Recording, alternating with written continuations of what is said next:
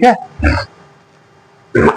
देखिए निम्नलिखित में से प्रत्येक समांतर श्रेणी के लिए प्रथम पद और सार्वधातुक डी लिखिए। तो आपके सामने सीरीज है 3 -2 -7 फिर -12 फिर डाट डाट, ऐसे इस डाट डाट के अंदर क्या भरा जाएगा। जैसे प्रथम पद मतलब पहला पद तो ये हो जाएगा, प्रथम पद क्या हो जाएगा,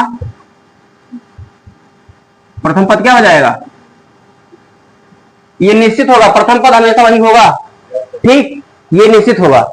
जबकि सार्वधातुक करा डी, डी का मान कैसे निकलेगा, डी का मान निकलेगा कैसे, a2 माइनस a1, कैसे, ये a1 है, a2 है, a3 है, a4 है, ऐसे सब नंबर से लगे हैं ना। हाँ, d का मान a2 माइनस a1, ऐसे d बराबर क्या हो जाएगा, a2 का मान -2, इसके बाद फिर माइनस है 8a1 का मान 3, तो -2 और -3 कितना हो जाएगा, -5। ऐसे इसके बाद अगर आप देखोगे 7 से अगर घटाओगे 2 तो आएगा कितना, -5, ठीक।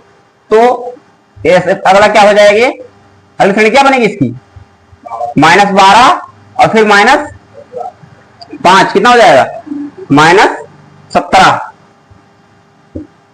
ये तो बनेगी। अरे यही जोड़ दो, यही संख्या डी जोड़ दो, गलत हो रहा क्या, हाँ छोड़ दो, भर बैठे करो। हाँ, अब अगला देखिए 11 11 सब 11 11 बराबर चल रहे हैं। इनके बीच का अंतर कुछ नहीं है क्योंकि इसे दिख रहा है, सॉल्व करने की जरूरत नहीं है। प्रथम पद में आप ऐसे भर दीजिए, प्रथम पद में क्या भर दीजिए, 11, अंतर d इक्वल टू क्या हो जाएगा, a2 माइनस a1, 11 माइनस 11 बराबर 0, सबके बीच के अंतर क्या हो जाएगा, 0। इसमें प्रथम पद क्या हो जाएगा, प्रथम पद 5 सही 1/2 या 11/2, d इक्वल टू क्या हो जाएगा, सर्वांतर देखो 5.5, 9.5, 13.5, 17.5, मतलब कितने कितने घंटे चल रहा है, इस 1/2 सब में बराबर है, छोड़ ही दो, 5 4 9, 9 4 13, 13 4 17, डी का मान 4, डी का मान 4 आ गया ना। उसके बाद इसमें देखिए प्रथम पद क्या हो जाएगा,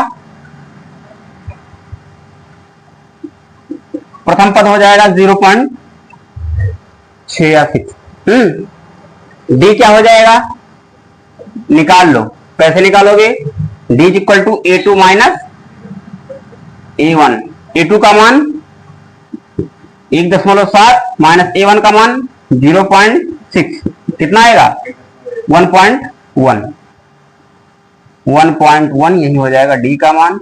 ये सारे आंसर आपके